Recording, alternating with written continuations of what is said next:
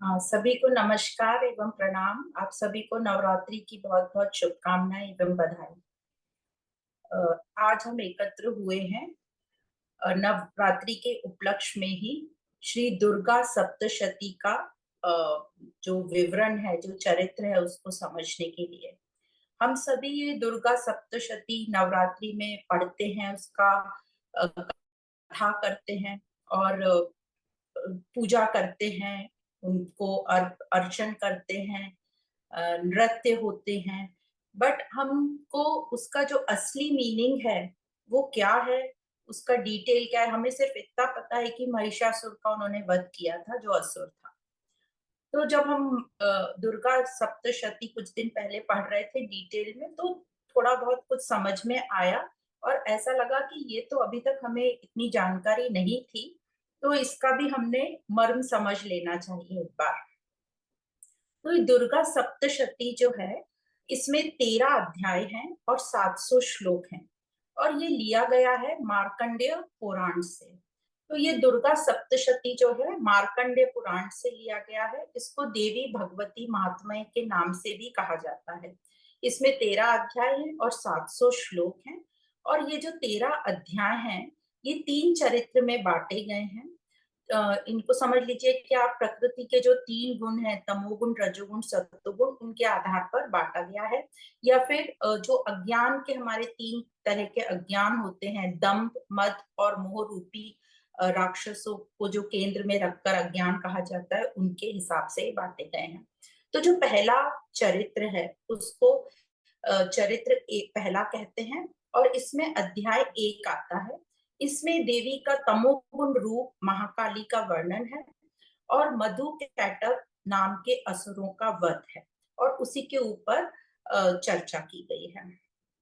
जो दूसरा है, दूसरा चरित्र में आता है अध्याय 2, 3 और 4। ये जो दूसरा चरित्र है दुर्गा सप्तशती का, ये सबसे अधिक मान्यता वाला है। जो नवरात्रि में लोग यदि पूरा दुर्गा सप्तशती ना भी पढ़ पाए तो कहा जाता है ऐसा कि ये दूसरा चरित्र पढ़ लेने से भी उनकी जो भी उनका जो प्रोटोकॉल है कथा करने का, उसको भी मान्यता दी गई है। तो इसमें देवी का रजोगुण रूप, मतलब जो महालक्ष्मी या महादुर्गा कह लीजिए, उनका चरित्र बताया गया है और महिषासुर वध की कथा आती है। फिर जो तीसरा चरित्र है उसमें अध्याय 5 से लेके 13 तक, मतलब पूरा इसमें कहा गया है। इसमें देवी के सतोगुण रूप, मतलब महा सरस्वती के रूप का मेन केंद्र में रख के उद्देश्य है और इसमें 2 दैत्य शुंभ और निशुंभ का वध बताया गया है और देवी प्रसन्न होकर जो वरदान देती है उसके बारे में जिक्र किया गया है। जो मुक्ति के लिए ज्ञान की मुक्ति के लिए जो ज्ञान दिया गया है वरदान में देवी ने, उसके बारे में बताया गया है। तो ये मार्कंडेय पुराण से लिया हुआ श्री दुर्गा सप्तशती जो चरित्र है उसको हम पढ़ने जा रहे हैं और इसको देवी भगवती महात्म्य भी कहा जाता है। तो जैसे कि हमने बताया कि ये देवी के ऊपर है, देवी की महिमा बताया, देवी का महात्मा बताया। देवी मतलब कौन? तो देवी का मतलब प्रकृति है। जो भी कुछ हम देखते, समझते, सोचते हैं, वो सब प्रकृति है। तो ये पूरी प्रकृति का वर्णन है कि प्रकृति ही हमारी माँ है, प्रकृति ही माया है और प्रकृति ही मोक्षदायिनी है। तो ये जो प्रकृति है, इसको शक्ति का नाम दिया गया है, माया शक्ति, जो कि परम, जो हमारे शिव हैं, शिव की अभिव्यक्ति है ये शक्ति। तो शिव जब व्यक्त होता है, अभिव्यक्त होता है सगुण फॉर्म में, वैसे तो शिव जो परम है, जो सच सत्य है, वो तो निराकार है, निर्गुण है, पर जो व्यक्त होता है वो, तो वो शक्ति सगुण के रूप में जो हमें समझ में यहाँ आ रही है, प्रकृति माया, उसको शक्ति कहा गया है। अब कहते हैं कि ये जो शक्ति है यह सबकी माँ है, ब्रह्मा विष्णु महेश, सभी भगवान ईश्वर जिसको भी हम जानते हैं, उन सबकी ये माँ है। तो कथाओं के द्वारा अब ऐसा आ, हमने भगवत गीता में भी प्रकृति के बारे में पढ़ा था और अब हम यहाँ भी पढ़ने जा रहे हैं। भगवत गीता में 7वें अध्याय में हमने परा और अपरा प्रकृति के बारे में पढ़ा था, और हमने 14वें अध्याय में 3 गुणों के बारे में पढ़ा था। और पूरे ही सभी वेदांत या उपनिषद आप कह लीजिए, वह यही बताते हैं कि कैसे इस प्रकृति के साथ हमारा तालमेल हो ताकि हमारी उन्नति हो।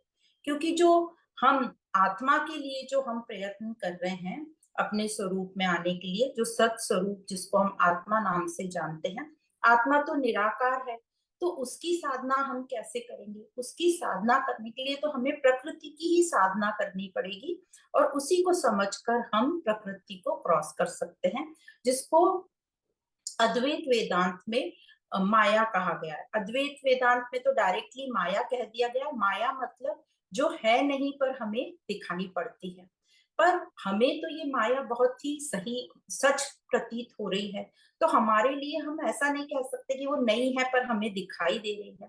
तो जब हमें दिखाई दे रही है तो उस प्रकृति, उस माया के साथ हमारा व्यवहार कैसा हो। तो उपनिषदों में जो डायरेक्ट कह दिया गया है, ये जो माया, ये सब प्रकृति माया है, और इस जब माया है ही नहीं तो हम उसके साथ कैसा व्यवहार करें? है जो चीज है ही नहीं तो उसके साथ व्यवहार करने की भी बात नहीं उठती।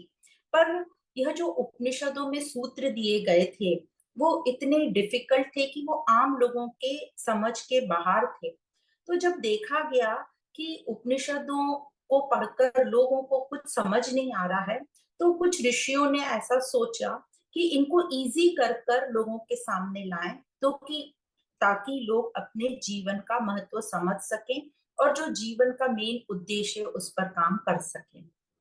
तो इसलिए ये उपनिषदों को जो इजी वे में लाने का एक तरीका था, उनको पौराणिक कहानियों द्वारा, कथाओं द्वारा सामने लाया गया। तो ये जो कथा पुराण इसलिए हैं कि जो उपनिषदों के गूढ़ रहस्य हैं, सिद्धांत हैं, वो हम तक पहुंचे, और फिर वो उन सिद्धांतों को समझकर हम सत्य तक पहुंच जाए। मतलब वही कथा पुराण जिसमें सिद्धांत इजी करके बताए हैं कहानियों के द्वारा, वो हमें सत्य तक ले जाए। तो इस प्रकार यह जो उपनिषदों का ज्ञान था, ये कथाओं और पुराणों में आया।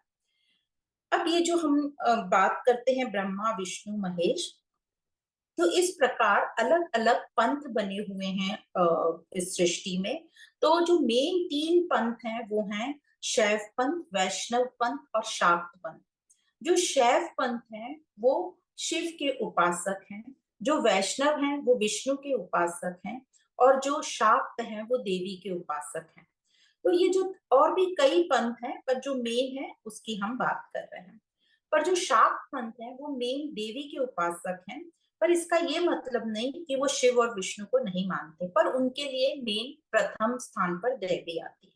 जो शैव पंथी है वो शिव को मेन मानते हैं, और वह देवी और विष्णु को शिव से पीछे रखते हैं। ऐसे ही वैष्णव विष्णु का रूप जो स्वरूप है उसको प्रथम स्थान पर रखते हैं, और देवी और बाकी शिव उनको वो पीछे रखते हैं। तो इस प्रकार यह जो पंथ है इनमें अलग अलग जो अपने इष्ट देव हैं उनकी मान्यता है। तो ये जो दुर्गा सप्तशती है, इसका यदि हम प्रथम चरित से शुरू करें, तो ऐसा कहा जाता है कि जो मार्कंडेय ऋषि हैं वो पक्षियों को ज्ञान दे रहे हैं अपने आश्रम में, और ये जो पक्षी हैं ये सब बड़े ध्यान से उनकी कथा सुन रहे हैं। तो मार्कंडेय ऋषि कह रहे हैं कि यह जो पक्षी पक्षी कौन रिप्रेजेंट कर रहा है पक्षियों को? ये प्रकृति, मतलब अहम, जो जड़ प्रकृति है, या जो हम जो है अहम, जो जड़ प्रकृति से आसक्त हो गए, ये जड़ प्रकृति से जुड़ गए, इतने मोह में ग्रस्त हो गए कि हमसे अब ये अपरा प्रकृति छूट ही नहीं रही है, उन लोगों को ये ज्ञान सुनाया जा रहा है। तो ये जो पक्षी हैं ये प्रकृति का प्रतीक है। तो सुना रहे हैं मार्कंडेय ऋषि, और वो कहते हैं कि जो ऋषि लोग हैं आश्रम में, जंगल में, मेघा ऋषि की वो बात कर रहे हैं कि मेघा ऋषि के आश्रम में 2 व्यक्तियों की वो कथा सुनाने जा रहे हैं कि 2 व्यक्ति पहुंचे। ये 2 व्यक्ति कौन थे, इनकी कहानी तुम सुनो। तो ये जो 2 व्यक्ति थे इसमें से एक राजा था जो कि जिनका नाम था सूरत। जो सूरत राजा जो थे, बहुत ही पराक्रमी और बलशील राजा थे। और ये जो राजा थे, ये इनको जो कोला विध्वंस लोग थे, उन्होंने इनको पराजित किया। हालांकि उनकी सेना बहुत छोटी थी और राजा की सेना बहुत बड़ी थी, फिर भी वो पराजित हुए। जब वो पराजित होकर अपने राज्य में वापस लौटे, तो उन्होंने देखा राज्य के, उन्हीं के राज के मंत्री लोगों ने उनके अगेंस्ट कुछ षड्यंत्र रचा हुआ है, और उन्हीं के राज्य के लोगों ने उनको राज्य से निकाल दिया। ये देखकर राजा को बहुत ही विरक्ति आ गई, और वो बड़े ही दुखी मन से राज्य छोड़कर जंगल की तरफ निकल गए। जंगल की तरफ वो जब निकले, वो ऐसा आता है कथा में कि वो शिकार करने के लिए जंगल की ओर निकल गए। जब वो शिकार करने निकले, तो उन्होंने देखा, एक बहुत ही अद्भुत दृश्य देखा कि एक मुनि का आश्रम लगा हुआ है, और वहां पर सभी पशु और पक्षी जो हैं, हिंसक पशु भी हैं, पक्षी भी हैं, पर वो सब हिंसक पशु पक्षी भी शांति से बैठे हुए हैं। कोई एक दूसरे के प्रति हिंसा नहीं कर रहा है, और शांति से बैठे, और बड़ा आश्रम में मौजपूर्ण वातावरण है। तो ये देखकर उस राजा को बड़ा आश्चर्य हुआ कि ऐसे कैसे हो सकता है, इतने हिंसक पशु इतनी शांति से और आनंद में बैठे हैं, और दूसरे पशुओं को वो हिंसा नहीं पहुंचा रहे। तो ये देखकर राजा उस आश्रम में चले गए। कुछ दिन बाद राजा ने देखा कि उसी आश्रम में एक और व्यक्ति है जो कि व्यापारी है। तो राजा ने पूछा कि भाई तुम यहाँ पर कैसे? तो उस व्यापारी की कहानी ऐसी है कि वह व्यापारी भी बहुत ही बुद्धिमान था, बहुत समझदार था, पर उसने भी अपने व्यापार में धोखा खा लिया। लोगों ने उसके साथ चीटिंग की, या जो भी कुछ हुआ होगा। और वह जब अपने घर पहुंचा, तो घर के लोगों ने भी उसका तिरस्कार किया। तो वो अपना घर छोड़कर, व्यापार छोड़कर, कुछ शांति की चाह में जंगल में आ पहुंचा, और वह भी इस आश्रम में आ गया। तो ये कथा शुरू होती है दो लोगों की। व्यापारी जो है, इसका नाम था समाधि, और राजा का नाम था सूरत। अब ये जो दोनों हैं, सूरत और समाधि, ये बड़े ही दोनों समझदार अपने आप को मानते थे, और हैं भी समझदार। पर फिर भी वे बड़े ही दुखी और मोहग्रस्त हुए जब उनके साथ जो वो पराजित हुए, और इनके साथ जो घर में व्यापार में ठीक व्यवहार नहीं हुआ। तो ये दोनों ही निराश मन से जंगल जब निकल पड़ते हैं, और वहां मेघा, जो ऋषि का नाम है मेघा ऋषि, कई पुस्तिका में मेघा ऋषिका दिया है, मतलब वो स्त्री रही होंगी, के आश्रम में देखते हैं कि सभी पशु पक्षी बहुत मौज में हैं, और उनको ये देखकर बड़ा ही आश्चर्य होता है। तो वे जो है मेघा मुनि के आश्रम में जाते हैं। अब जो मेघा मुनि है, वे इन दोनों की व्यथा सुनते हैं, और ये दोनों ऐसा कहते हैं कि ऋषि, हम तो बहुत ही समझदार हैं, हमको ज्ञान भी बहुत है, और ये ज्ञान होने के बाद भी, समझदार होने के बाद भी, हमको इतना दुख क्यों हो रहा है? हमको दुख इस बात का नहीं है कि हम युद्ध हार गए या हमें घर से निकाल दिया गया। हमें दुख इस बात का है, कि चिंता इस बात की हो रही है कि हमारे पीछे जो ये पूरा हम राज्य छोड़ के आए, जो ये राजा, ये जो व्यापारी घर छोड़ के आया है, वहां पर जो उनके पुत्र लोग हैं, उनके साथ ठीक व्यवहार हो रहा है कि नहीं, उनको कहीं गलत रास्ते पे तो नहीं चलाया जा रहा है, और जिनको हमने बचपन से इतने प्यार से पाला पोसा, उनके साथ कुछ गलत तो नहीं हो रहा है, वो कहीं बिगड़ तो नहीं जाएंगे। इसी प्रकार राजा को भी अपने राज्य की चिंता हो रही है कि जिन राज्य के लोगों को मैंने अपने पुत्रों संतानों की तरह बड़ा किया है, उनके साथ सब ठीक तो हो रहा है। तो इन दोनों का ऐसा कहना था कि हम इतने समझदार हैं, हमें सब समझ में आ रहा है कि ये सब प्रकृति, ये सब, फिर भी हमें इतना दुख क्यों हो रहा है, हम इतने मोहित क्यों हैं। तो वे मुनि के सामने बैठते हैं और अपनी पूरी ये बात बताते हैं। अब जो मेघा मुनि है, ये उनका, अब ये जो दुख का कारण है, उसको दूर करना चाहते हैं। कैसे? देवी महात्म्य की कथा सुनाकर। देवी महात्म्य मतलब प्रकृति हुई। और जो ये जो कथा है, ये कोई भी आप कथा सुनेंगे या पुराणों की कहानियां पढ़ेंगे, तो आप देखेंगे कि उसमें बहुत जो कहानियां हैं, ये जो कहानियां हैं, ये प्रतीकात्मक हैं, मतलब प्रतीक है, ये प्रतीकों से लदी रहती हैं, इनके हमें मर्म को समझना पड़ता है। ऐसा नहीं कि हमने कहानियों को ही रियलिटी मान ली और उन्हीं कहानियों को सुनते रहते हैं हम, पर उसके मर्म तक नहीं जाते। तो वो एक मुनि कहते हैं कि राजा और ये वैश्य, व्यापारी को वैश्य कह रहे हैं, तुम दोनों का जो दुख का मूल कारण है वो है अज्ञान, वो है महामाया। और ये जो महामाया है, यह जो है यही दुख का कारण है, और यही महामाया मुक्ति का भी कारण है। यही माया तुम्हें मुक्ति भी दिला सकती है। जिस मुक्ति की संभावना है उस मुक्ति को ये महामाया ही दिलाएगी।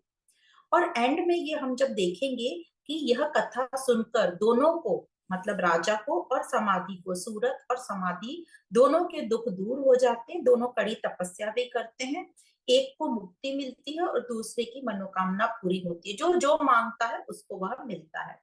तो ये जो राजा और जो वैश्य व्यापारी, इन दोनों ने इस कथा को सिर्फ सुना ही नहीं, बल्कि उनकी हर एक बात को ठीक से समझा, अच्छे से अपने जीवन में उतारा। इसलिए कहते हैं कि सिर्फ सुनना नहीं, सुनने से परे उन्होंने इस पर काम किया, मनन चिंतन किया, इसलिए उनकी जो मनोकामना वो पूरी हुई। तो जो मार्कंडे ऋषि थे वो सिर्फ पक्षियों को पढ़ा रहे थे, और जो मेघा ऋषि है वो पशु पक्षी दोनों ही उनकी बातें सुन रहे थे। और ये पशु पक्षी मतलब, इसका मतलब है जीव से, वो किसको कहानी कथा सुना रहे थे? जीव को, मतलब देह को। और ये जो महामाया है ये देह में बसती है, और ये देह में इतनी गहरी बसती है, इतनी गहरी बसती है कि कहते हैं कि ये विष्णु जी जो हैं उनको भी, जब विष्णु जी को भी ये सुला देती है, और जब ये विष्णु जी सो जाते हैं योग निद्रा में, तो उनके कान से दो असुर पैदा हो जाते हैं। ऐसा कहते हैं कहानी में कि कान के मैल से दो असुर पैदा होता है। तो इसका मतलब ये है कि शरीर से ही ये असुर पैदा होते हैं। तो जब विष्णु जी के मल से ये हो सकता है, तो हम समझ सकते हैं कि माया कितनी गहरी बैठी है। मतलब ये भगवान को भी सुला देती है और असुर पैदा करा देती है। तो देह के मल के बारे में हमको समझना है कि हम देह कितनी भी साफ सुथरी रख लें, उसमें मल तो रहेगा ही। हमारी उन्नति कितनी भी हो जाए चेतना की, हमारी देह में से मल तो रहेगा ही। तो क्योंकि ये रोज का काम है, इसलिए हमें ध्यान रखना है कि ये जो असुर हैं ये हमारे शरीर में कब आके बैठ जाए। इसलिए कंटिन्यूअसली अभ्यास की जरूरत है और ध्यान की जरूरत है। अब ये जो विष्णु जी के कान के मैल से जो असुर पैदा हो गए, उनका नाम है मधु और कैटक। अब ये जो असुर हैं, इन्होंने बड़ा ही आतंक मचा रखा है, सभी को परेशान कर रखा है। अब जैसे कि हमने देखा कि इन असुरों ने देवी मतलब देवताओं की दैविकता को भी वो हटा देते हैं। अब जब इतना आतंक फैला हुआ था और इन असुरों से देवता इतने परेशान हो गए थे, तो जो ब्रह्मा जी हैं वो गए विष्णु जी के पास कंप्लेन लेके इन असुरों की। पर उन्होंने देखा कि विष्णु जी तो सोए सोए पड़े हैं।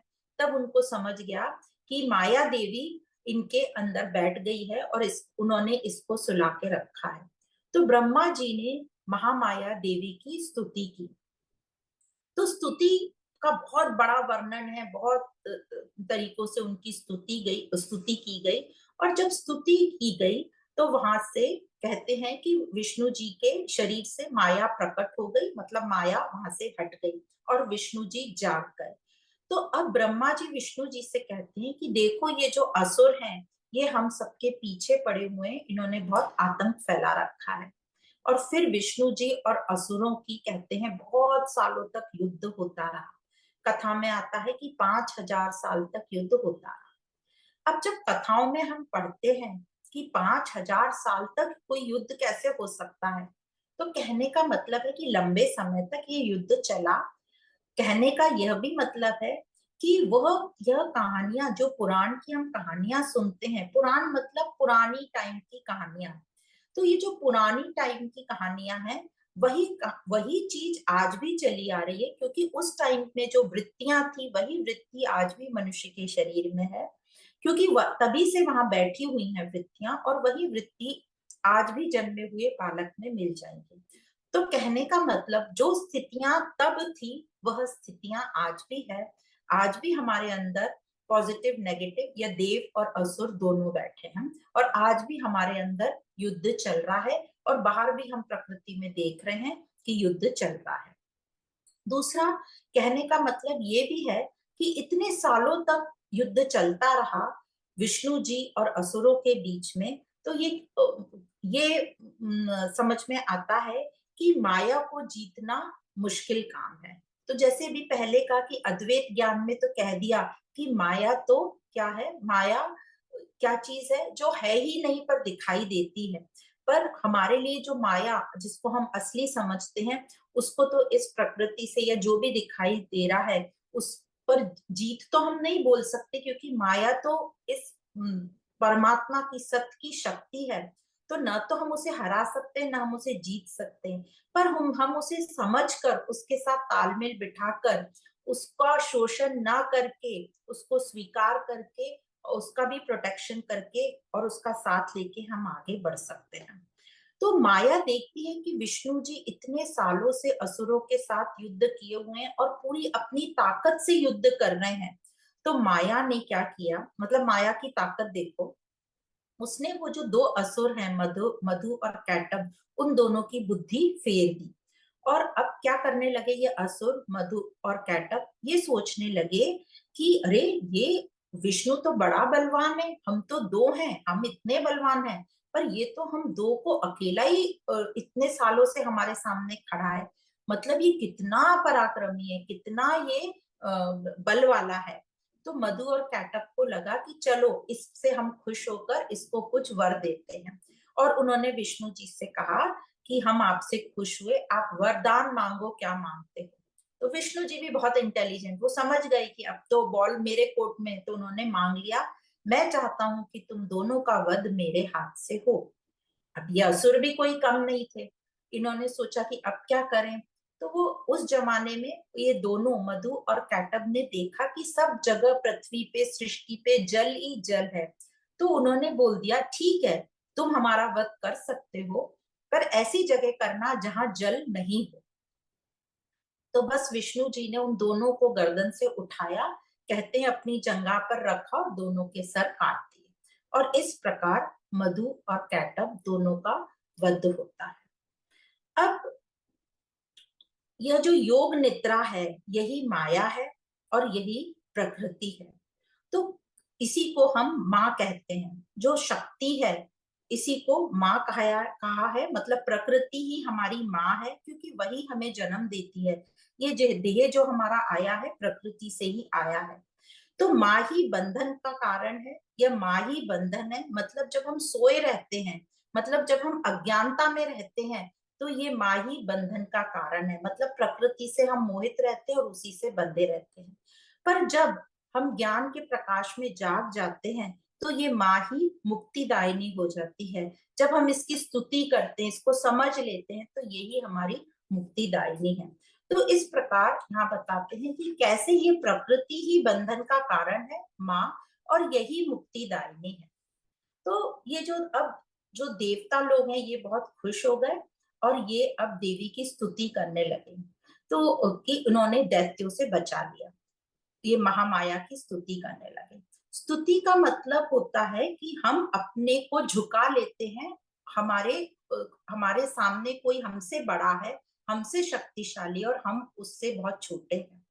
स्तुति का मतलब होता है एक और कि अपनी गलती को हम देख लेते हैं और हम समझ लेते हैं कि जो भी कुछ गलत हो रहा है, ये हमारे कारण हो रहा है, और हम दूसरों को दोष देना बंद कर देते हैं, दूसरों की निंदा करना बंद कर देते हैं, और सामने जो हमसे बड़ा है उसको नमन करते हैं।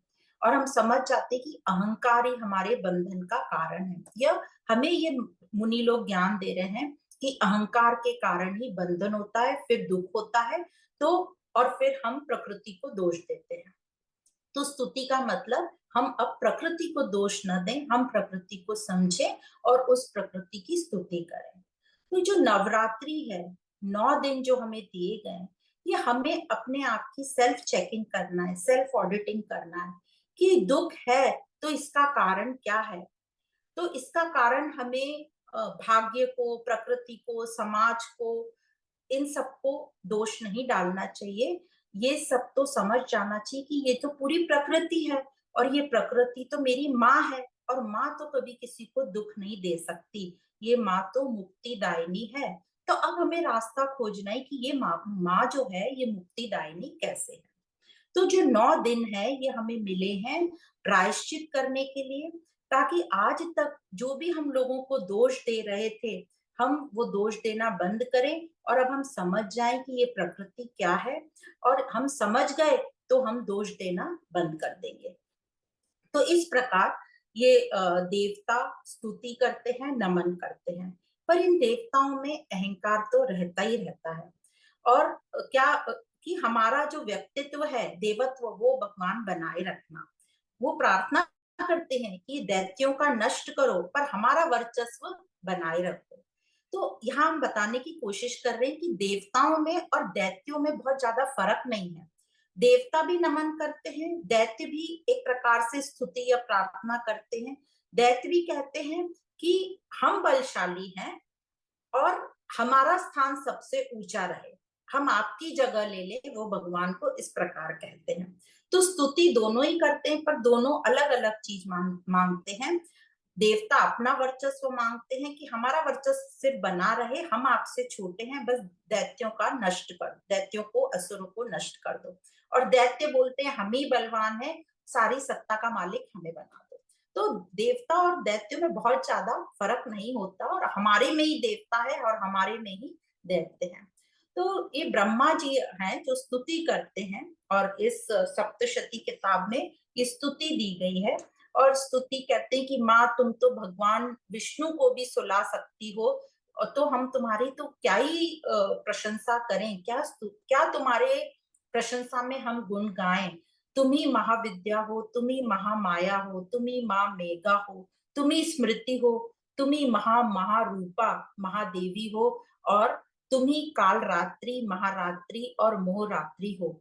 और तुम ही ने भगवान विष्णु शंकर और मुझे ये शरीर धारण कराया है। मतलब ये तीनों की माँ है, ब्रह्मा विष्णु और महेश की। अतः तुम्हारी स्तुति करने की शक्ति किस में है देवी। इस प्रकार ब्रह्मा जी इस प्रथम अध्याय में स्तुति करते हैं। तो ये मधु कैटक के वध के साथ ये जो प्रथम अध्याय है ब्रह्मा जी की स्तुति के साथ समाप्त होता है। तो यहाँ ये बताया जाता है कि देवी जो है वो कैसे महामाया है, और कैसे हम उसको समझ सकते हैं और अपने अंदर के आलस का हम नाश कर सकते हैं। तो जो भी हमें यदि अपनी उन्नति चाहिए, तो मेहनत मेहनत जो है, संघर्ष जो है, वो हमें ही करना पड़ेगा, और हमें इस अपने आलस को, निद्रा को भगाना पड़ेगा। तो इस प्रकार इस पहले अध्याय में ये बताया गया है। अब आगे जो है दूसरा अध्याय आता है। दूसरा अध्याय में बताते हैं, दूसरे चरित्र में आता है दूसरा, तीसरा और चौथा अध्याय। और अब यहाँ बताते हैं कि देवताएं फिर से आ गए देवी की स्तुति करने। क्यों आ गए फिर से स्तुति करने?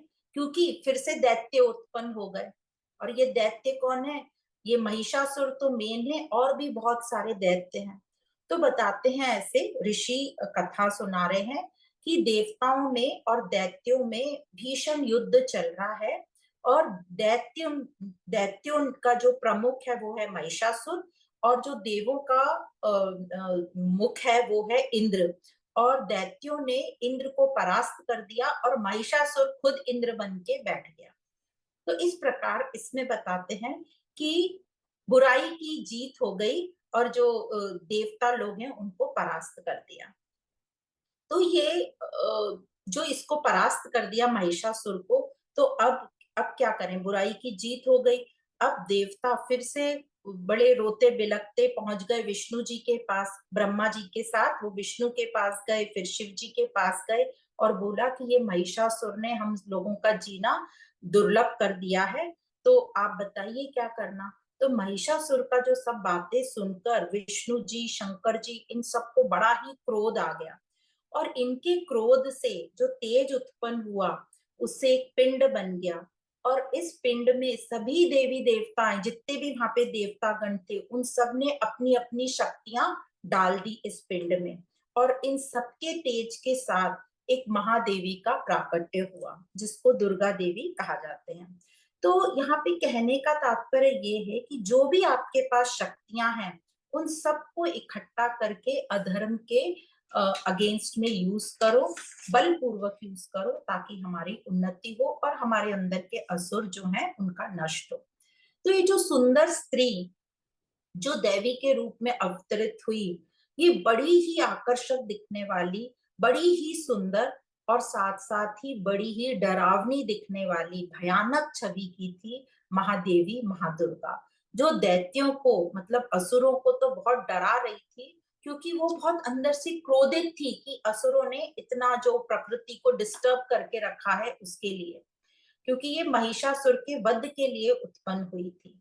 तो कहते हैं कि ये जो क्रोध है देवी का, ये उसने सही जगह यूज किया महिषासुर के वध के लिए, जो प्रकृति का शोषण कर रहा था। तो कोई भी गुण जो है हमारे पास, जो भी हमारे पास गुण मिला हुआ है, उसका कभी भी जो है उसका ठीक प्रकार से यूज किया जाए। कई बार ये जो अवगुण, क्रोध को तो हम अवगुण मानते हैं, पर ये देवी ने उसका कितना सही यूज किया महिषासुर के वध के लिए। तो अब ये क्रोध का गुण क्या हो गया, ये तो दैवी गुण बन गया। उसी प्रकार हो सकता है हमारे यहाँ, हमारे पास बहुत ही सद्गुण हो, दैवी गुण हो, पर हम उनको गलत चीजों के लिए यूज करेंगे तो वो अवगुण बन जाएंगे। जैसे समझो हमारे पास सेवा करने का गुण है, पर हम प्रकृति के मोह में ही लगे हैं, वो सेवा में, सेवा करते करते हम इतने मोहित हो गए कि हम सेवा वो छोड़ ही नहीं रहे वहां से मोह, तो ये अवगुण हो गया। या धीरज का गुण है, हमने अपने आलस को बढ़ाने में इतना धीरज रख लिया कि वो अवगुण हो गया हमारा धीरज का गुण। तो इसलिए ये जो कोई भी हमारे पास गुण हो, चाहे सत्वगुण हो, चाहे रजोगुण, चाहे तमोगुण, वो है तो सब प्रकृति के ही।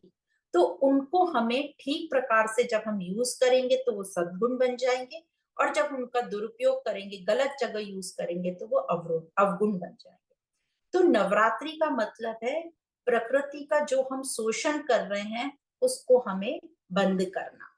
तो प्रकृति के शोषण का तो हमने हाल ही में एक नतीजा देख लिया। जब प्रकृति का शोषण किया जाता है तो ये जो दैवी रूप आता है, ये मत समझना ये सच का एक ऐसा व्यक्ति बन जाती है देवी और सचमुच की कोई देवी आ जाती है। ये सब प्रतीकात्मक है, ये सब हमारे अंदर सूक्ष्म रूप से होता है। वो जैसे एक ही वायरस, मतलब वो कितना प्रकोप डाल दिया कि पूरी सृष्टि को जिसने हिला डाला, मतलब महादेवी का उसने रूप ले लिया और पूरी सृष्टि को बिना कुछ बोले, बिना कुछ करे, सबको स्टैंड स्टिल कर दिया। और कुछ महीनों बाद हमने क्या देखा कि हवा स्वच्छ हो गई, सब कुछ प्रकृति एकदम स्वच्छ हो गई। तो इस प्रकार ये जो देवी है इस प्रकार अवतरित होती हैं और अपना, क्योंकि हमने प्रकृति का शोषण किया। अब कई लोगों का ऐसा कहना होता है कि हमने तो वहां शोषण नहीं किया था पर सजा तो हमको भी मिली। तो अध्यात्म या ऋषि लोग हमको बताते हैं कि भले ही आपने शोषण, आप डायरेक्टली इन्वॉल्व नहीं हो, पर आपने वो शोषण होता हुआ तो देख रहे थे, आप उस काल में तो मौजूद थे। आपने जो भी आपके सामने प्रकृति का शोषण हो रहा है उसको रोकने के लिए आपने कुछ किया क्या? जैसे वहां पर विष्णु जी ने पूरी ताकत लगा दी असुरों को मारने में, ऐसे क्या आपने अपनी थोड़ी सी भी ताकत लगाई है क्या? यदि थोड़ी सी भी ताकत लगाई है तो आपके अंदर वो दैविता का गुण, वो शांति जरूर प्रकट होगी, बाहर से भले ही आपको सजा मिले। दूसरा, यदि आपने पूरी ताकत लगा दी तो आप खुद ही, आपका अहंकार मिट जाएगा और आपको मुक्ति की प्राप्ति हो जाएगी।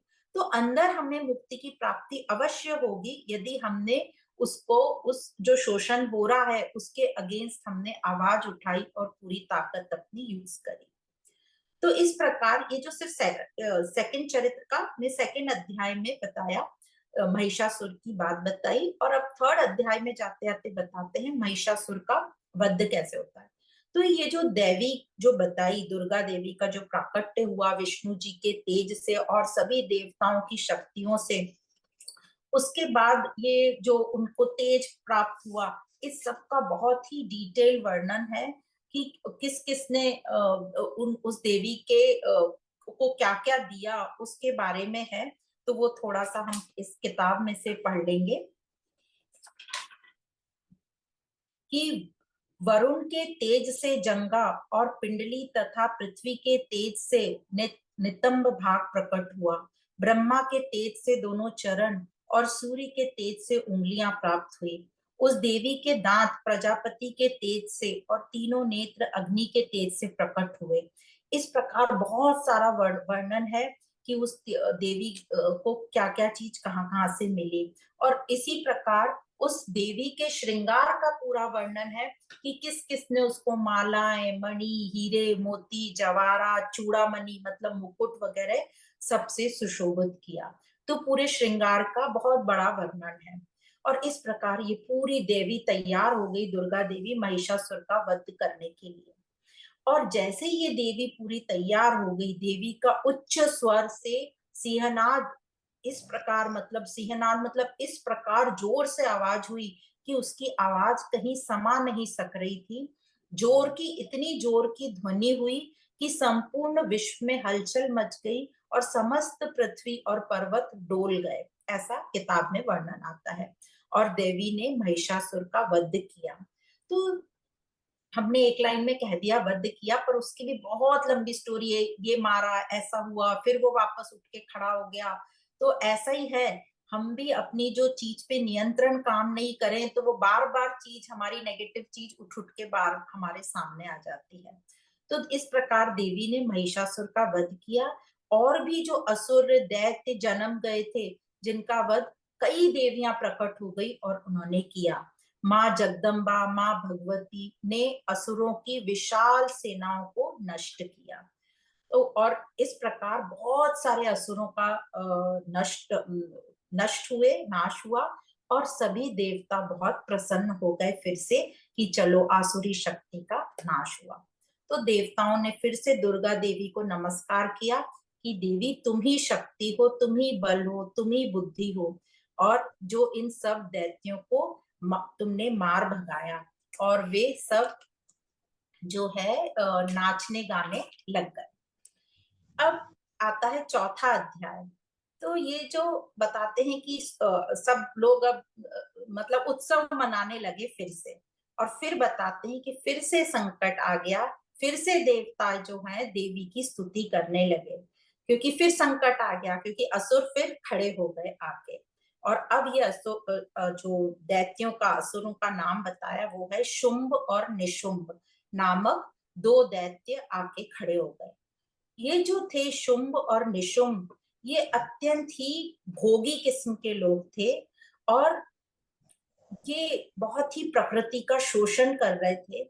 इस प्रकार शोषण कर रहे थे कि इनको अपने भोग के लिए किसी को भी मारना, पटकना हो, कुछ भी वो कर रहे थे। तो अब इनके जो शोषण के कारण प्रकृति फिर रोने लग गई।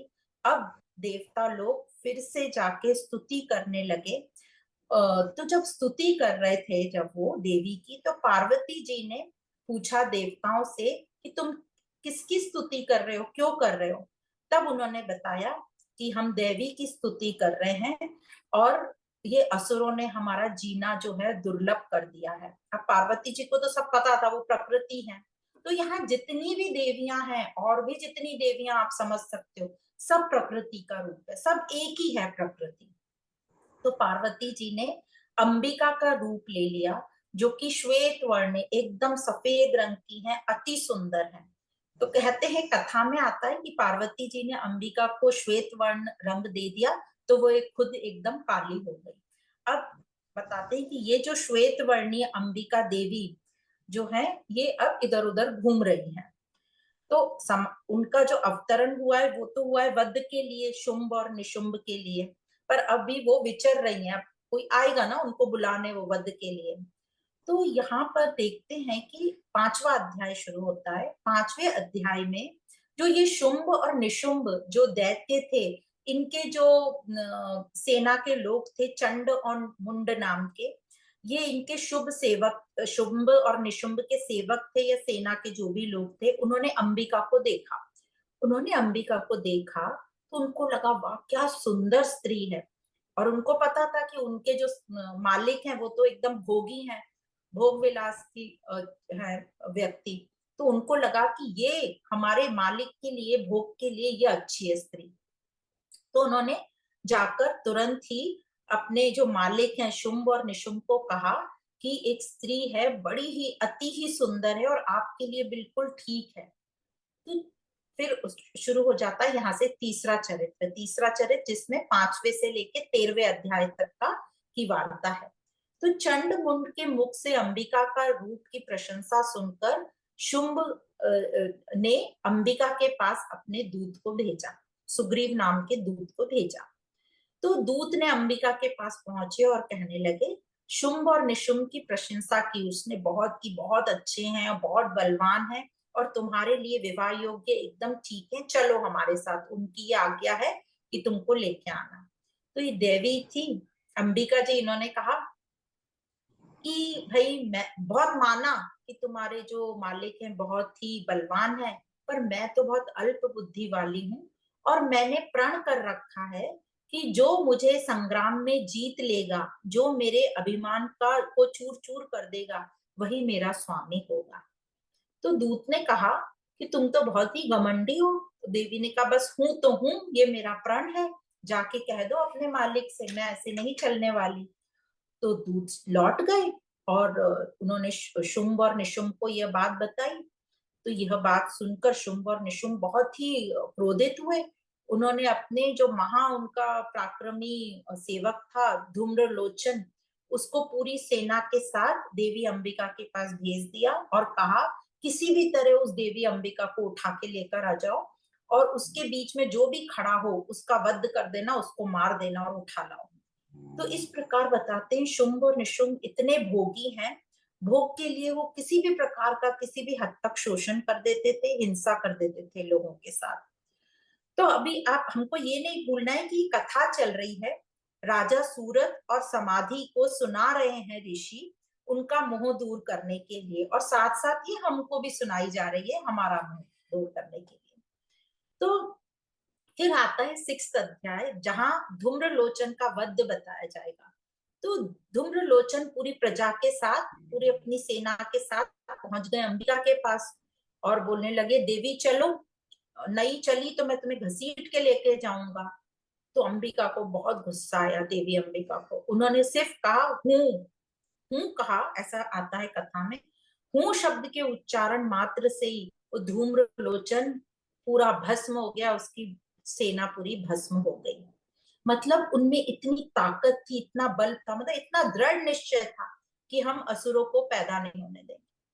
और इस प्रकार 6ठे अध्याय में धूम्रलोचन का वध बताया गया, सिर्फ हुंकार, हूं से, अंबिका के हूं से उसका तो वो भस्म हो जाता है। फिर 7वां अध्याय शुरू होता है। 7वें अध्याय में अब ये जो निशुंभ और निशुंभ है, इनको ये पता चला तो उनको बहुत क्रोध आया और उन्होंने अपने वो दोनों छोटे सेवक चंड और मुंड जो आए थे बताने की बहुत सुंदर है अंबिका, उनको भेजा। अब ये चंड और मुंड तो अंबिका के सामने कुछ भी नहीं है। तो चंड और मुंड पहुंच गए अंबिका के सामने कि देवी चलो, बुलाया है आपको, नहीं तो घसीट कर ले जाएंगे। देवी ने उनकी तरफ देखा और चंड और मुंड की दोनों की गर्दन पकड़ के मरोड़ दी और वहां चंड और मुंड का भी वध हो जाता है। तो 7वें अध्याय में चंड मुंड का वध बताया और इसीलिए इस देवी का नाम पड़ा चामुंडा देवी। ठीक है, ये हो गया 7वां अध्याय। अब शुंभ और निशुंभ की क्या हालत होगी, क्रोध से एकदम आग बबूला। 8वां अध्याय शुरू होता है। तो कई दैत्य भेजे शुंभ और निशुंभ ने, जिनका देवी चंडिका ने वध कर दिया। अब बहुत हैं स्टोरीज में नाम, हम यहाँ मेन मेन नाम ले रहे थे। तो अब क्या करें, तो उन्होंने एक महादैत्य था रक्त बीज नाम का, उसको भेजा। अब रक्त बीज की ऐसी स्टोरी है, रक्त बीज को वरदान मिला हुआ था कि जब भी उसका कोई वध करेगा या कोशिश करेगा तो उसके शरीर से जो खून की बूंदें पड़ेंगी रक्त की नीचे जमीन पर, वो फिर एक दैत्य प्रोड्यूस कर देगी। फिर एक दैत्य का जन्म हो जाएगा, जितनी बूंदें गिरेंगी उतने दैत्य आ जाएंगे। अब रक्त बीज को देखकर देवी को भी क्रोध आया और बताते हैं कि ये रक्त बीज का भी देवी ने जो है वध किया। और भी बहुत सारे दैत्य और बहुत सारी देवियां आई जिन्होंने सभी दैत्यों का वध किया। देवी काली, चामुंडा, इन सब ने मिलकर सभी दैत्यों का किया और चामुंडा देवी ने भी ये जो रक्त बीज का, देवी काली ने किया शायद, रक्त बीज का वध कर दिया। अब नाम अलग अलग है, देवी एक ही है। अब जब रक्त बीज बीज का जो रक्त रक्त बीज का जब वध हुआ, तो जैसे ही रक्त नीचे गिरने लगा, तो वो देवियों ने रक्त जो नीचे गिरने नहीं दिया, और वो रक्त को अपने मुंह में डाल लिया, पी लिया, ताकि और असुर पैदा नहीं हो। तो ये जो रक्त पीने का, या इसी को मदिरा पान कई जगह बताया जाता है कि देवी के सेलिब्रेशन में तो मदिरा पान होता है, रक्त पीती है देवी। तो रक्त पीना मतलब क्या? रक्त पीना मतलब जो असुर है उनका रक्त पिया, उनको डाइजेस्ट कर लिया, ताकि और असुर पैदा नहीं हो। तो इस तरीके से उसको है, और हमें लगता है कि वो लोगों को मारकर उसका रक्त पी रहे हैं। तो ये बात बहुत अच्छे से हमें समझना है कि देवी को जो बताते हैं, कई जगह ये प्रथा है कि मदिरा पीना, रक्त पीना, और लोग एग्जाम्पल देते हैं। तो हमें ठीक प्रकार से पता होना चाहिए, रक्त बीज और असुर ना पैदा हो, इसलिए देवी ने वो रक्त लेके अपने मुंह में रख लिया। जैसे शंकर जी ने वो जहर लेके अपने गले में रख लिया, ठीक है, उसी प्रकार ये देवी ने रक्त लेके अपने गले में जमा कर लिया। और बताते कि देवी के गले में मुंड की माला है, बताते ना सरों की, तो लोग भूत प्रेत समझते हैं। सर मतलब हमारा ये अभिमान। तो ये देवी वही है जो हमारे अभिमान को नष्ट करेगी, जब हम ये ठीक प्रकार से देवी को, इस प्रकृति को समझ लेंगे। तो इस प्रकार ये रक्त बीज का भी जो है वध हो जाता है।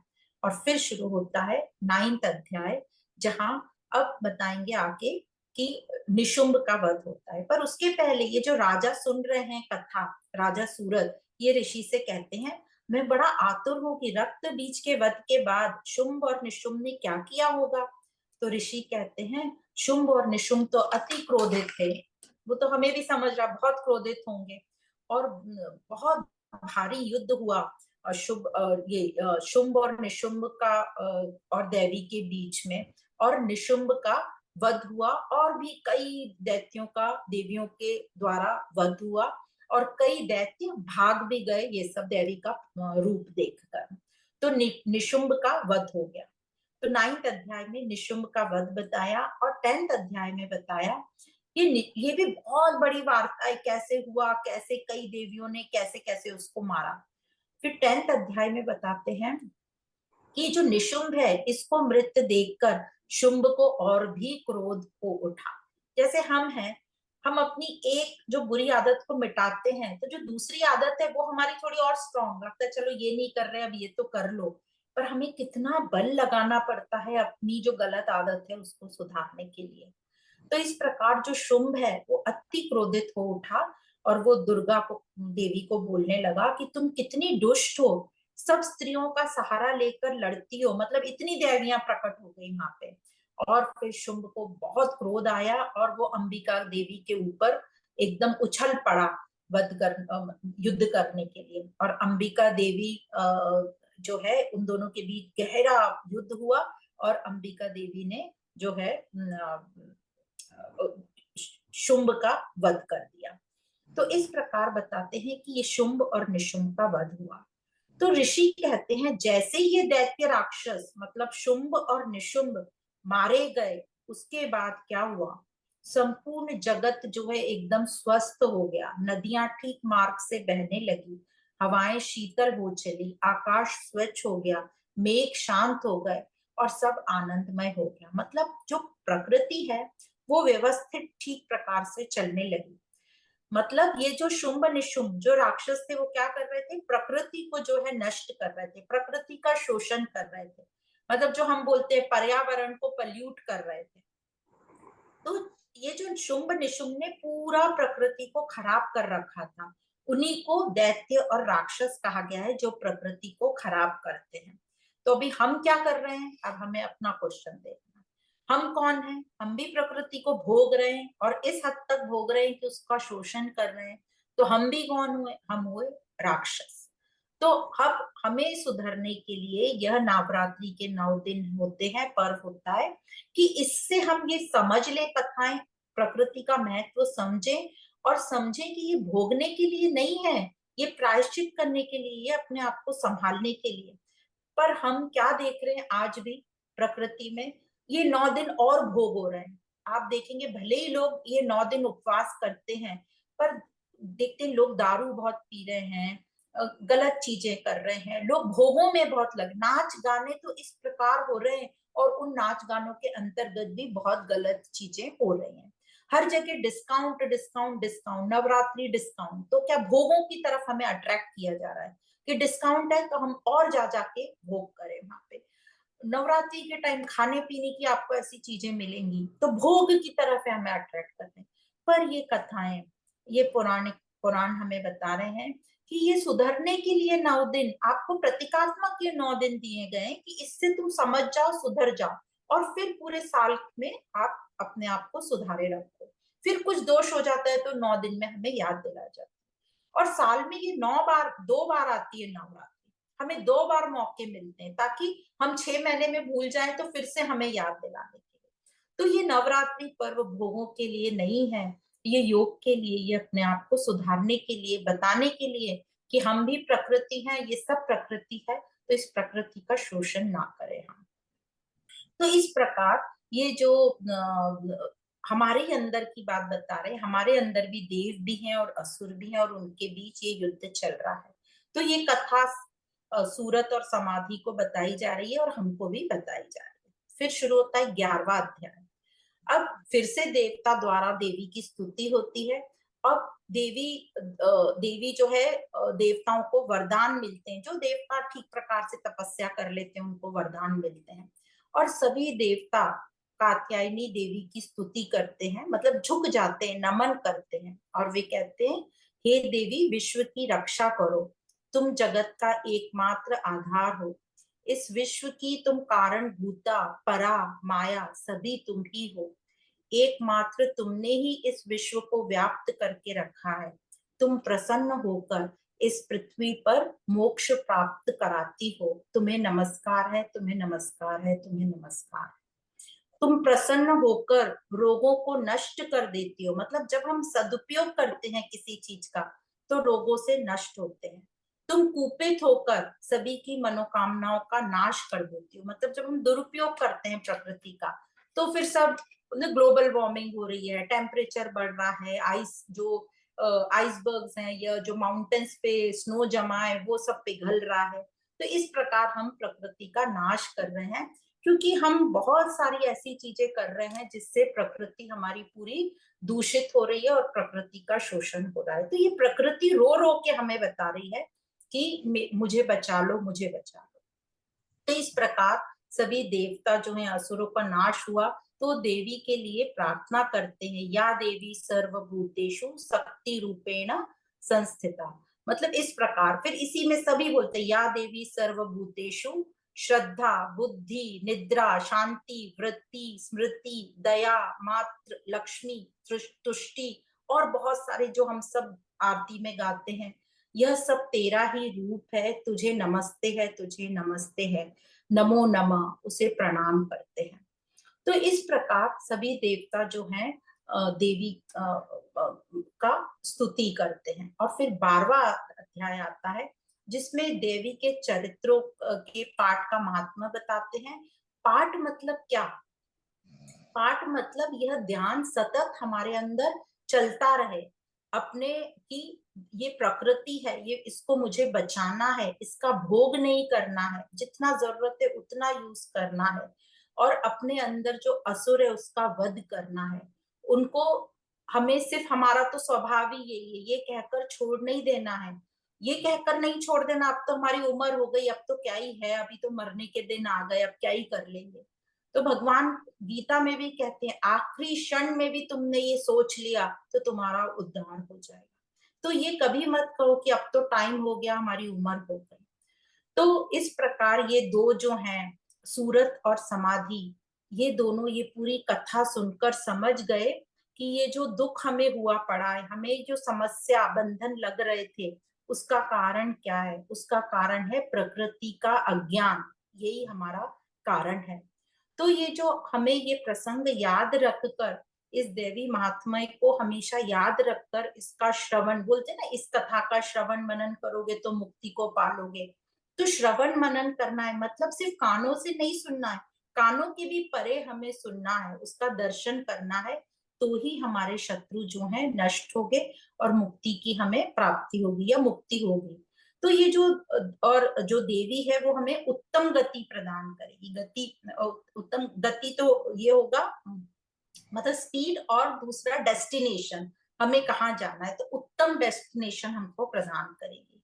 तो अब ये जो पूरी वार्ता सुनकर सूरत और समाधि ने जो है 3 वर्ष की कठोर साधना तपस्या की। किसकी तपस्या की? प्रकृति की, माँ की। और ये माँ की तपस्या को ये कहते हैं हमारी वही होता है आत्मज्ञान। और कैसे की उन्होंने तपस्या? अपने शरीर से बलि दी, मतलब शरीर को उन्होंने यूज किया, कम से कम भोजन करके, जितनी जरूरत है उतना ही भोजन किया, अपने भोगों को छोड़ करके उन्होंने कोशिश की कि हमारे जीवन निर्वाह में कम से कम जीवों की हत्या हो और कम से कम प्रकृति का नाश ना हो, शोषण ना हो। क्योंकि नॉर्मल लाइफ में भी हम रहते तो थोड़े बहुत जीवों की तो हत्या होती है। जैसे हम सांस लेते हैं तो हमें नहीं पता कितने जीव जंतु अंदर गए, हमने कहीं हाथ रखा तो हमें नहीं पता बारीक बारीक कीड़े कितने होंगे जो हमारे हाथ के नीचे दब गए।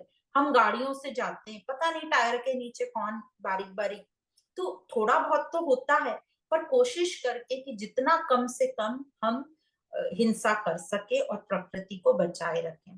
तो इसी को कहते हैं प्रकृति की स्तुति, इसी को कहते हैं योग साधना तपस्या। तो कैसे बलि चढ़ाई इन दोनों ने, सूरत और सारथी ने? इन्होंने अपने शरीर को गलाया, इन्होंने कम से कम भोजन किया, इन्होंने मोह का त्याग किया।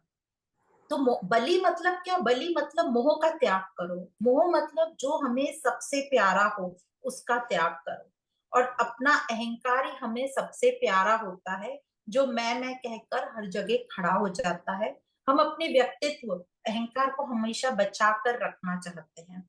तो इसीलिए देवताओं का अहंकार बचा है ना, इसलिए देवता हमारे जो अद्वैत ज्ञान में देवता लोग या एकदम उच्च स्थान पर नहीं है, देवों के भी ऊपर जाना है। देव सिर्फ स्वर्ग लोग मतलब सिर्फ सुख पाते हैं, पर हमें वो सुख दुख से भी आगे मुक्ति तक जाना है, ऐसा हम अद्वैत ज्ञान वेदांत उपनिषदों में पढ़ते हैं। तो हमें जो अपना अहंकार प्यारा है, मैं अहंकार, और ये मैं अहंकार जो हो जाता है इसी से ही हमें देह आसक्ति होती है।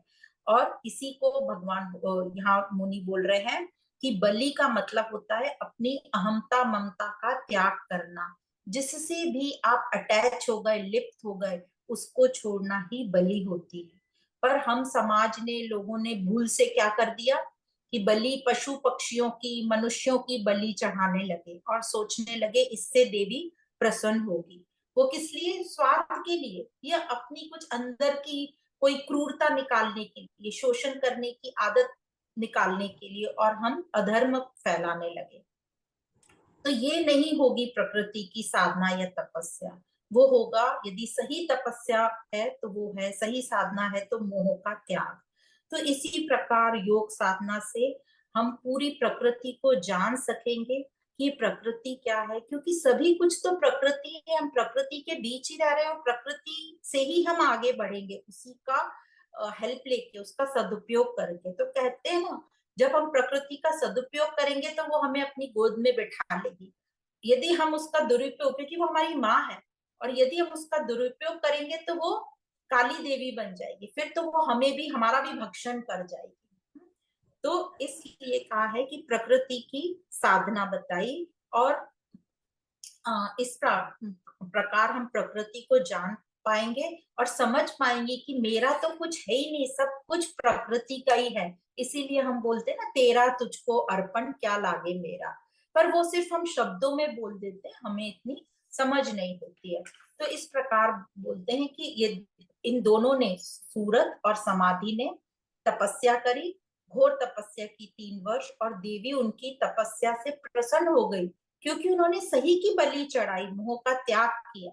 और देवी ने कहा कि तुम दोनों से मैं प्रसन्न होती हूँ, मांगो, तुम जो चाहोगे वो तुम्हें मिलेगा। तो यहाँ 12वां अध्याय समाप्त होकर लास्ट 13वां अध्याय शुरू होता है। सूरत और वैश्य समाधि को देवी का वरदान प्राप्त होता है। देवी ने वरदान जैसे ही मांगने को कहा तो राजा सूरत और व्यापारी समाधि, इन दोनों ने अपने अपने वरदान मांगे। राजा ने मांगा, जैसे पहले कहा था कि व्यापारी थोड़ा ज्यादा बुद्धिमान है, तो राजा ने क्या मांगा मुझे मेरा हारा राजपाट वापस मिल जाए, और कहा मुझे आगे के लिए भी ऐसा राजपाट मिले जो कभी हारा नष्ट ना हो, ऐसी चीज उसने मांगी। तो देवी ने भी तथास्तु कहा और कहा कि तुम्हें तुम्हारा राजपाट भी मिल जाएगा, और नेक्स्ट आगे के लिए कहा कि आगे तुम सूर्य के वंशज होगे, मनु नाम से तुम विख्यात होगे। तो इस प्रकार राजा को उसका वरदान मिला। अब व्यापारी ने कहा कि मुझे कुछ नहीं चाहिए, मैंने तो सब देख लिया, ये सब जो चीजें हैं ये दुख देती हैं, क्योंकि ये व्यापारी थोड़ा बुद्धिमान था, उसको व्यापार करना अच्छे से आता था। उसने कहा मुझे तो इन सब से मुक्ति चाहिए, मुझे तो आप अहमता ममता नाश करने वाला, ये आसक्ति को नाश करने वाला मुक्ति दे दो। तो देवी ने कहा कि तुम्हें मैं मुक्ति के लिए ज्ञान देती हूँ, और उसे ज्ञान का वरदान दिया। तो यहाँ एक और देखने वाली बहुत अच्छी चीज है कि देवी ने भी डायरेक्टली मुक्ति नहीं दी, उसको कहा तुम्हें ज्ञान देती हूँ जिससे तुम्हें मुक्ति की प्राप्ति होगी।